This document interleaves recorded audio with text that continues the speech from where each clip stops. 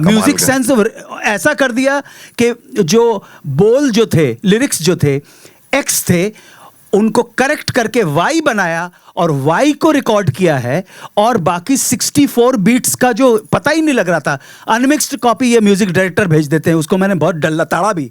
हमारे प्रोड्यूसर को, हमारे डायरेक्टर को, हमारे कोरियोग्राफर को मुश्किल हो जाती है यार, लिपसिंग करें तो क्या करें यार। तो फिर मैंने उसके अंदर अपना भी जोड़ दिया। तो एक फिल्म जो इनके अभी इसी साल की, उसमें मजबूरन मुझे म्यूजिक कंपोज करना पड़ा, एक बार नहीं, दो बार नहीं, 3 बार। एक तो ऐसा हुआ भैया कि वो कहने लगे गुरुजी अब तो ये जो अब आपके ऊपर ही पिक्चराइज हैं तीनों, और अब वो तो कोरियोग्राफर तो आ नहीं पाई, उसकी डेट नहीं, तो कोरियोग्राफी भी कर दो। मैंने कहा वो भी कर देंगे, तो वो भी कर दी। क्या करें, मजबूरी। तो इस तरह से इन लोगों का बड़ा शुक्रगुजार हूँ, बहुत मशकूर हूँ कि ये अभी भी मुझे प्यार देते हैं, मुझे इज्जत देते हैं। बड़ी मेहरबानी, बहुत शुक्रिया। शर्मन जी, जॉब के लिए स्ट्रगल करना, मुझे लगता है ये बहुत ही स्पेशल कनेक्शन है आपकी लाइफ में। 3 इडियट में हमने देखा ना, अब यहाँ पर देख रहे हैं, तो कुछ बताना चाहेंगे आप इसके बारे में? बढ़िया, बहुत बढ़िया ऑब्जर्वेशन है सर आपका। बट अब क्या करें, उम्र ही ऐसी है, जॉब की तलाश में ही लगा हुआ है बंदा सालों से। 3 इडियट्स में जैसे आपने कहा, और अभी यहाँ पे भी उम्मीद है कि आने वाले समय में जॉब मिल जाएगी और आगे भी कुछ कर पाएंगे। बट जैसे मैंने पहले कहा कि ये कहानी बहुत ही ज़्यादा खूबसूरत है। जॉब अनुकंपा becomes a ज़रिया to tell a story of a father and a son, which is told in such a in so much depth, and yet with so much entertaining value attached to it, that it makes it a very special film. Yeah.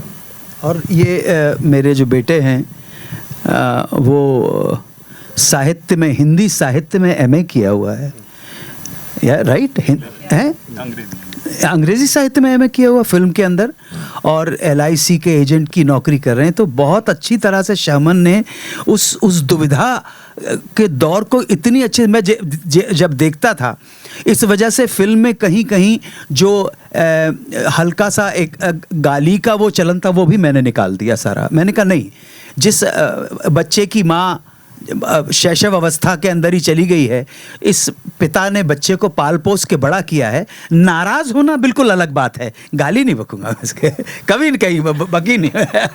नहीं, तो बहुत अच्छा, बहुत ही बढ़िया काम किया, बहुत इतना अच्छा लगा, और मुझे ऐसा लगता था कि सचमुच मेरा पुत्र है ये। Thank you, sir.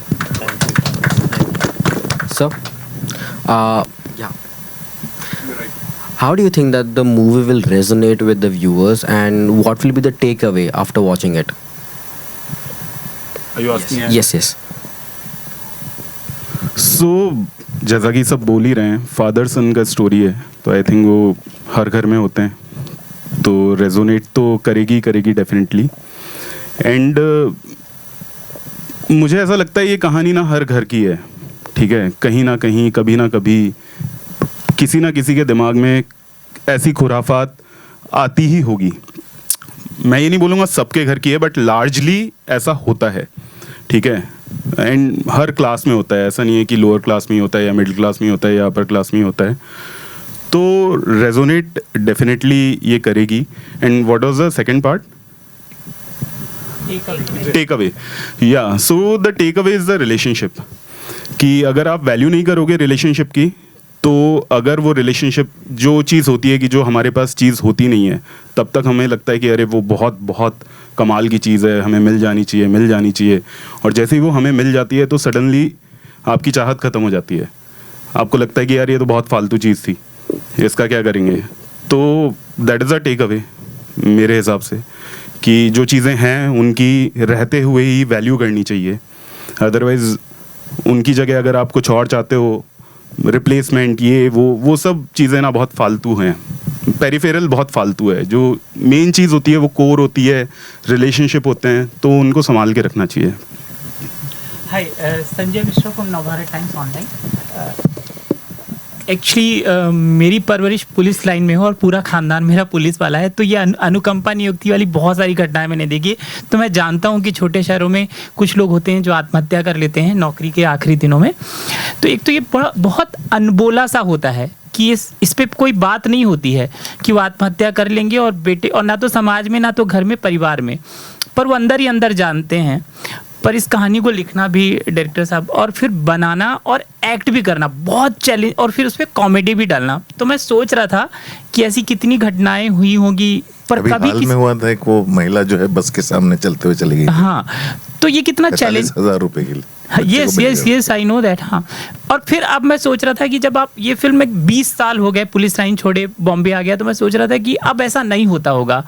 तो ये पचाना भी ट्रेलर देखते समय बहुत मुश्किल था कि मैं पचा पा रहा हूँ। तो एक तो कितना चैलेंजिंग था, और पिता पुत्र के बीच वो जो डायलॉग लिखे गए होंगे कि वो क्या बात करेंगे, और ख़ासतौर से मरने को लेकर, कि मैं थोड़ा सा ये इलेबरेट भी कर रहा हूँ और समझना भी उसी तरीके से चाहता हूँ कि इसको लिखा और एक्ट कैसे किया गया है, कितना चैलेंजिंग था। ये वही तो खास चीज है इस फिल्म में, नहीं, मतलब तो इस तरह के मुझे लग रहा है सब्जेक्ट को कि जिस ये- तरह से उन्होंने लिखा और बनाया है अभिनव ने, वही तो हम लोग को छू गया था। मतलब सब्जेक्ट नहीं तो अभी तक कोई ना कोई पकड़ चुका होता। और ये प्रोमो अपने आप में कथन पूरा कम्युनिकेट करता है, पूरा। मुझे नहीं लगता कि इसमें किसी को अब कुछ बहुत ज़्यादा, अगर बर्ट्रांड रसल बन के अगर बैठेगा यहाँ पर तो बिल्कुल अलग बात होगी, उसको समझ में नहीं आएगा। लेकिन बिल्कुल क्लियर कट बात है, रॉकेट साइंस है ही नहीं कुछ इसमें।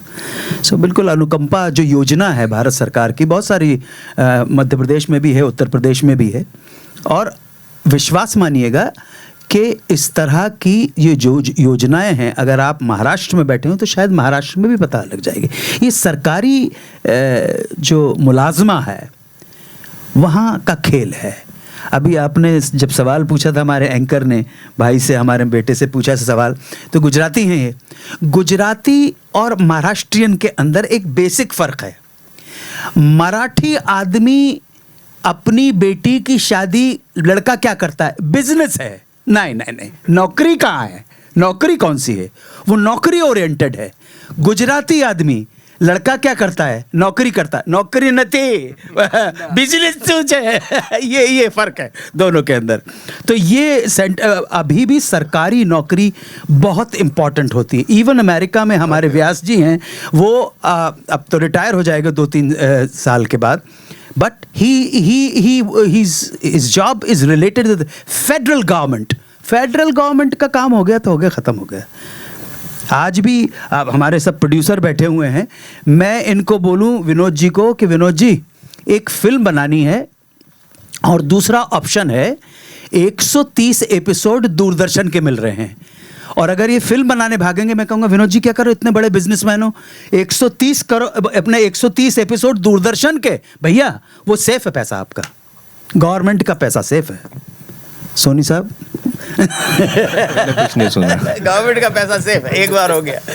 तो मुझे लगता है कि हमारा लवली टू सी कि यूजुअली प्रोमो में कुछ बिल्कुल क्लियर कट है प्रोमो, कि क्या है बेटे की समस्या, क्या है बेटा क्या चाहता है। वो चाहता नहीं है, मजबूरियां ऐसी हैं, वो धक्के खा चुका है। वो मुझे आई एम श्योर आपने एडिट करते वक्त इस बात का ध्यान रखा होगा, उसने अंग्रेजी साहित्य में MA किया हुआ है यार, पोस्ट ग्रेजुएट है अंग्रेजी साहित्य में। उसके बाद छोटे छोटे LIC एजेंट की तरह, भैया थोड़ा ये ले लीजिए, थोड़ा ये ले लीजिए। तो उसका अपनी कुंठा है, उसका अपना फ्रस्ट्रेशन है उस बच्चे का, कि मुझे मिलनी चाहिए। ये बहुत अच्छा कंटेंट है। अब आज इससे आगे आप पूछो, कहानी को जब कोई जस्टिफाई करेगा अपनी कहानी को, कोई भी आपकी कहानी है, एक आइडिया नहीं, आइडिया तो कुछ भी हो सकता है, आइडिया तो आप कुछ भी कर सकते हैं कि बहुत पतिव्रता नारी का रोल बहन सनी लियोनी ने कर लिया, आइडिया कुछ भी कर सकते हैं हम, लेकिन आप अपनी कहानी को जस्टिफाई करेंगे, यकीन मानिएगा आपके फेल होने के चांसेस कम हो जाते हैं। और जितनी ज़्यादा ऑडियंस देखेगी, जितना लार्जर प्लेटफॉर्म होगा, हमारे प्रोड्यूसर को क्या है, वो अगर आज उन्होंने अगर मान लीजिए 100 रुपए की फिल्म बनाई है, 900 रुपए आएंगे, कल के दिन अभिनव के जैसे कुछ और नए लोग नए सब्जेक्ट के साथ आएंगे, नए सिग्निफिकेंस टॉपिक के साथ आएंगे, तो प्रोड्यूसर का कलेजा बढ़ता है, तो नया टैलेंट सामने आता है, नया कंटेंट सामने आता है। ओह, बहुत करण जौहर बहुत हो गए यार बच्चे।